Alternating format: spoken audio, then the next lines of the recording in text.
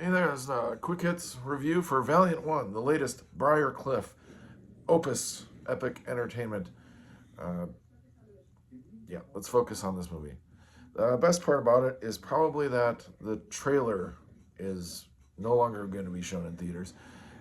Uh, okay, aside from that, I like seeing Briarcliff's logo. It's nice when independent studios release movies in theaters, and Briarcliff is sort of an interesting one.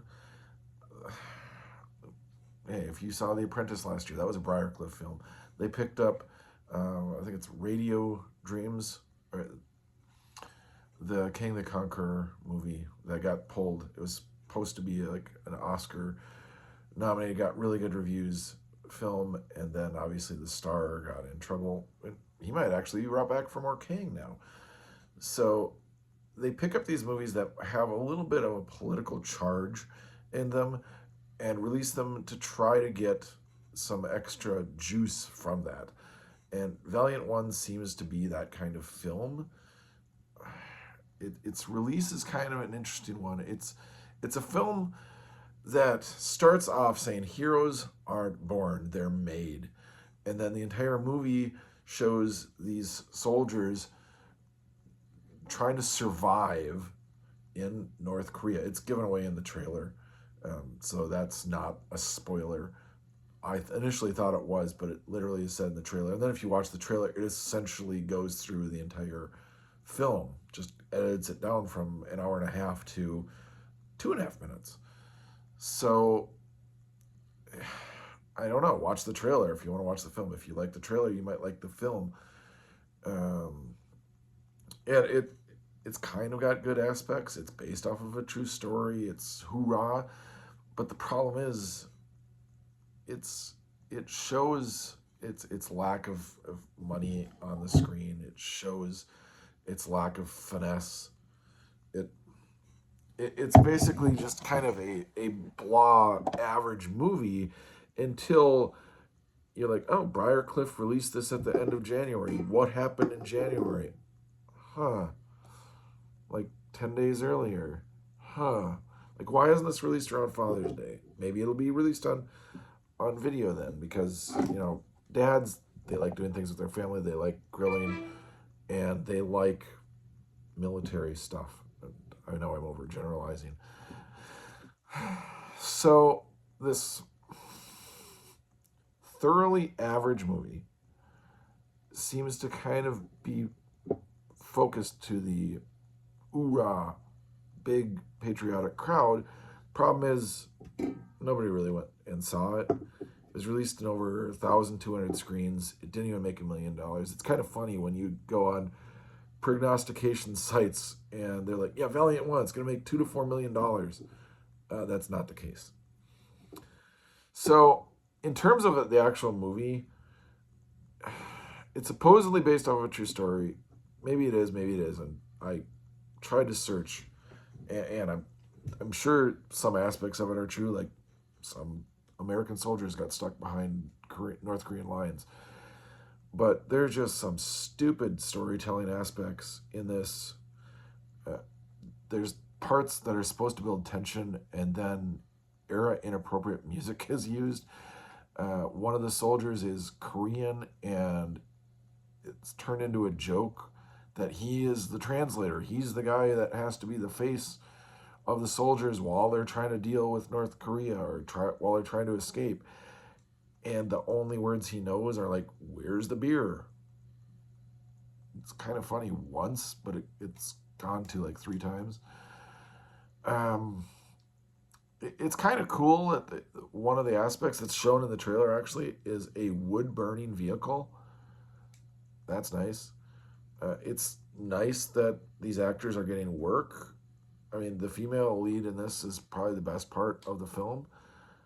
However, the male lead in this, like Kelsey Ballerini's boyfriend, Chase is his name. Yeah. Earlier in January, a movie that was a Fathom event, Marked Men, got released, where he pretty much showed everything except good acting range, if you know what I mean.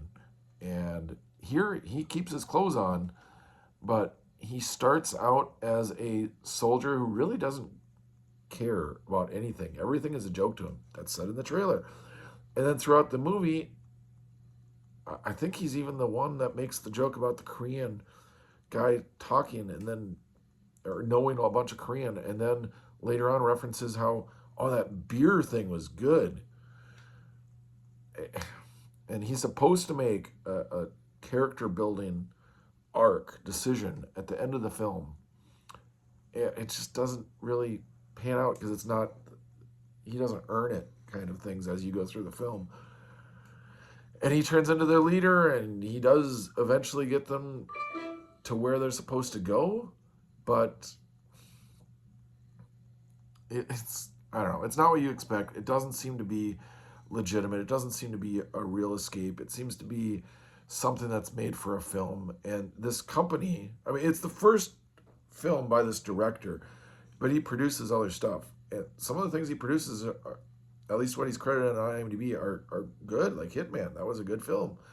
And then other things, which I think are through his company, Monarch Entertainment, are like the Bethlehem musical that came out last year that was interesting, not good. I mean, this stuff is interesting, but I don't know, it seems to be mismarketed, or I don't know. It's just a thoroughly average movie that may have meant to be marketed to the MAGA crowd because it's like, hoorah, heroes are made. We're making this. It's supposed to be very patriotic.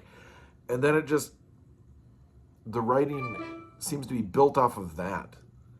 But there's no real, it's not earned. Anyway, that's the reviews, the thoughts on Valiant One. It's going to be out of theaters in a week, maybe 2 weeks. It might go through Super Bowl Sunday, but it's going to be gone for Valentine's.